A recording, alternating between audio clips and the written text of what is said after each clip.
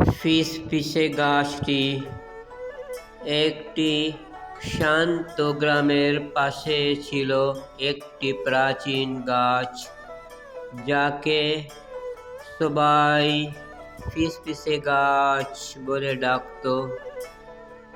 বলা হতো এই গাছ শুধুমাত্র তাদের সঙ্গেই কথা বলে যাদের হৃদয় পবিত্র।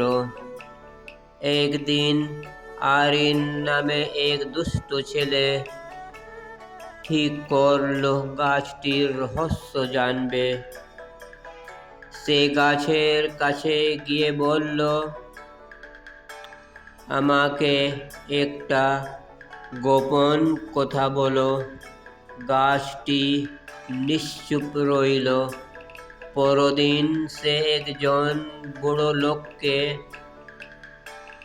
পানি বহনে সাহায্য করল, কিন্তু শুধুমাত্র গাছকে প্রভাবিত করার জন্য। তবুও গাছ চুপচাপ।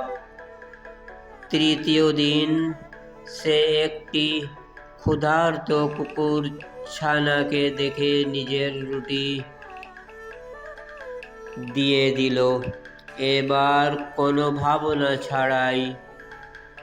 সেদিন রাতে গাছটি প্রথমবার বলল, নিঃস্বার্থ দয়াই সত্যিকারের দয়া। আরিন বিস্মিত হয়ে জিজ্ঞেস করল, আজ কেন বললে? গাছটি বলল, কারণ আজ তুমি পুরস্কারের আশায় নয়, হৃদয় থেকে সাহায্য করেছ। সেদিন থেকে আরিন বদলে গেল। সে মানুষকে নিঃস্বার্থভাবে সাহায্য করতে লাগলো।